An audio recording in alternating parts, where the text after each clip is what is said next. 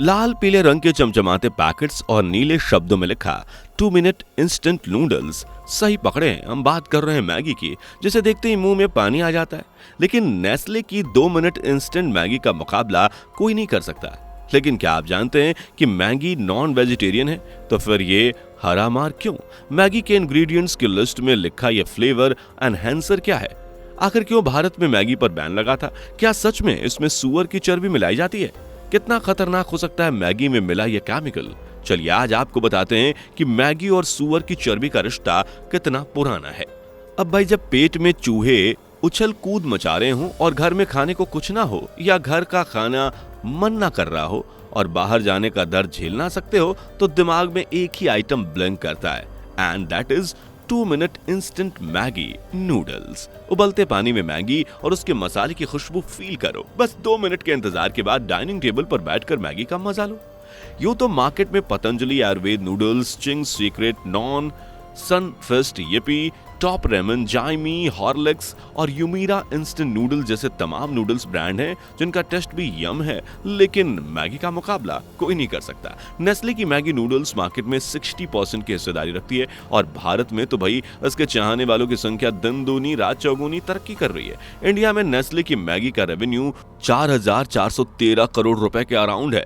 हर साल कई ton Maggi Indians डकार जाते हैं। 10 से 12 रुपए का मिलने वाला ये छोटू सा पैकेट हर दिन 20 से 23 लाख पैकेट्स की सेल करता है और मैगी साल का 1,000 करोड़ तक कमा लेती है। लेकिन नेस्ले की मैगी की ये भारी भरकम कमाई आपकी सेहत से खिलवाड़ करने के बाद होती है। पता है कैसे? चलिए बताते हैं, लेकिन उससे पहले जरा देख लें कि मैगी बनती कैसी है।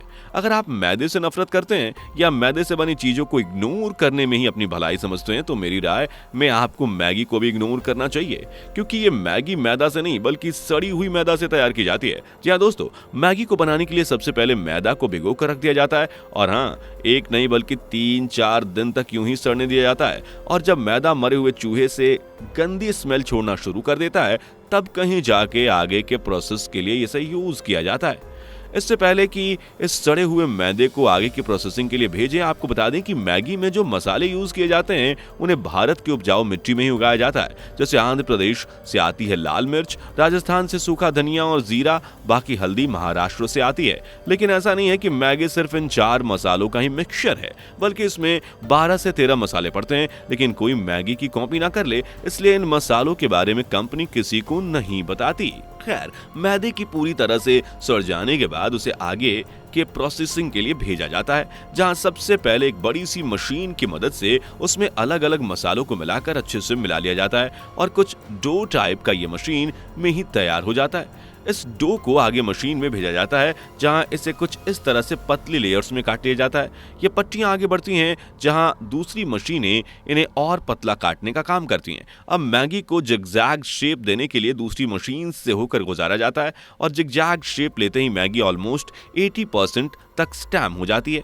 जब मशीन के बड़े बड़े कटर के इन नूडल्स को सही शेप में मिलाने के बाद अलग अलग भाग में काट देते हैं, फिर ये छोटू सा कटर इन्हें पैकेट में आने लायक बराबर लंबाई में कट कर देता है, जिसके बाद नूडल्स को कुछ देर के लिए सूखने दिया जाता है और फिर इनकी पैकेजिंग होती है।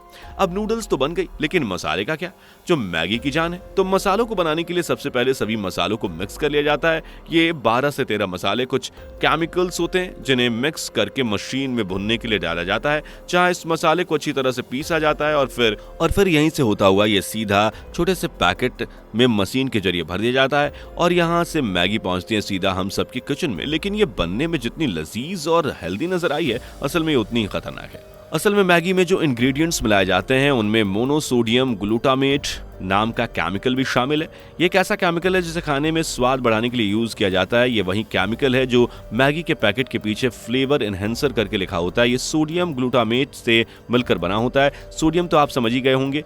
बात करें ग्लूटामेट की, तो ये बनता है ग्लूटामिक एसिड से, जो नॉन एसेंशियल अमीनो एसिड है और ये लगभग हर तरह के नॉन वेजिटेरियन फूड या हाईली प्रोटीन फूड में पाया जाता है, जैसे कि एग्स, मीट, सुअर या दूसरे जानवरों की चर्बी और कुछ सब्जियां जैसे टमाटर वगैरह में भी इनकी प्रेजेंस होती है।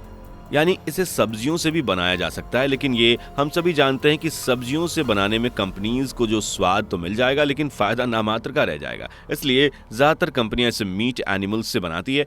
आप सभी को याद होगा कि जून 2015 में भारत में food safety and standard authority of India ने मैगी पर बैन लगा दिया था। असल में इन्हें मैगी में मिलाए जाने वाले मोनोसोडियम ग्लूटामेट की भनक लग गई थी, इसलिए मैगी पर बैन लगा दिया गया था। सिर्फ यही नहीं, मैगी का प्रचार कर रहे अमिताभ बच्चन के खिलाफ भी केस फाइल किया गया था, लेकिन फिर मैगी ने ऐसी सफाई दी कि उसने जिस मोनोसाइड ग्लूटामेट का यूज किया वो प्योर वेजिटेरियन से बना है। लेकिन पॉइंट ये भी था कि मैगी जो मोनोसोडियम ग्लूटामेट इंपोर्ट करती है वो चाइना से आता है, और चाइना में इसे क्या लगभग सभी फूड केमिकल को बनाने के लिए एनिमल्स, खासकर पिग की चर्बी का यूज किया जाता है। तो सिर्फ ये कैसे माना जा सकता है कि मैगी सब्जियों से मोनोसोडियम ग्लूटामेट बना रहा है?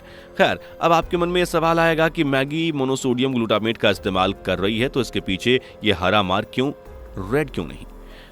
ये तो हम सभी जानते हैं कि खाने पीने की चीज़ों पर ग्रीन और रेड मार्क आता है। यहाँ red mark non vegetarian food को रिप्रेजेंट करता है, तो वहीं ग्रीन मार्क वेजिटेरियन खाने की वकालत करता है। और क्योंकि मैगी पर भी हरा मार्क है, इसलिए इंडिया में वेजिटेरियन लोग इसे वेजिटेरियन समझकर कंज्यूम करते हैं। असल में बात कुछ ऐसी है कि साल 1990 में भारत सरकार ने कानून पास किया था। इस कानून के मुताबिक जानवरों के नाखून, बाल, चर्बी, लार, अंडे और पंख से बने प्रोडक्ट्स को केमिकल को शाकाहारी श्रेणी में रखा गया था। जी हाँ, यानी अगर किसी जानवर की चर्बी से कोई मसाला तैयार किया जाता है तो बेशक वो आपके हिसाब से मांसाहारी होगा, लेकिन भारत सरकार के इस कानून के मुताबिक वो शाकाहारी है। इसलिए मैगी जिसमें सुअर की चर्बी के कतरे की बू आती है उसे भी ग्रीन मार्क दिया गया है। चलिए अब आपको बताते हैं कि ये मोनोसोडियम ग्लूटामेट आपकी सेहत और दिमाग के लिए कितना खतरनाक है। अगर ये केमिकल सब्जियों से मिलकर बना हो तो दोस्तों बेशक ये आपको कोई नुकसान नहीं पहुंचाएगा, लेकिन अगर ये सुअर की चर्बी या किसी दूसरे जानवर से मिलाकर बना है तो इसके परिणाम ऐसे ऐसे होंगे जिन्हें आप झेल नहीं पाएंगे। जैसे मोनोसोडियम ग्लूटामेट को कंज्यूम करने से दिल की जुड़ी बीमारियां बढ़ जाती हैं, स्ट्रोक, दौरा और अटैक की शिकायत रहती है। वहीं यह केमिकल आपके दिमाग पर भी असर डालता है, सोचने की कैपेसिटी कम होना, सर दर्द वगैरह वगैरह। इसके साथ ही मोनोसोडियम ग्लूटामेट से सांस लेने में परेशानी की शिकायत भी देखी गई है। यह ज़्यादातर चाइनीज़ फूड में मिलाया जाता है, लेकिन आजकल हम जो जंक फूड खा रहे हैं जैसे चिप्स, मैगी, कुरकुरे वगैरह में भी इसे टेस्ट बढ़ाने के लिए मिलाया जाता है। इवन रिपोर्ट्स में तो ये भी कहा गया है कि होटल वगैरह में खाने की चीज़ों को स्वाद बढ़ाने के लिए केमिकल्स का यूज किया जा रहा है। यानी अगर आप एक मैगी से बच के भाग भी जाएं तो ऐसा नहीं है कि ना जाने कितने मैगी या खाने में आपको ऐसी चीज़ें मिल जाएंगे जिनमें मोनोसोडियम ग्लूटामेट मिलाया जाता है। आई होप अब आपको मैगी से जुड़े सुअर की चर्बी का कनेक्शन मालूम हो गया होगा और मैगी से रिलेटेड हर सवाल का जवाब भी मिल गया होगा। वैसे क्या कभी आप मैगी खाते हैं या मैगी के शौकीन आप भी हैं? अगर हाँ तो कमेंट करके बताइए। वीडियो पसंद आई हो तो लाइक करके चैनल को सब्सक्राइब करके घंटा दबा दीजिए ताकि कृपा दृष्टि आपकी बनी रहे। दोस्तों, आपको स्क्रीन पर 2 और वीडियोस दिखाई दे रही हैं, जिसे देखने के लिए स्क्रीन पर क्लिक करें।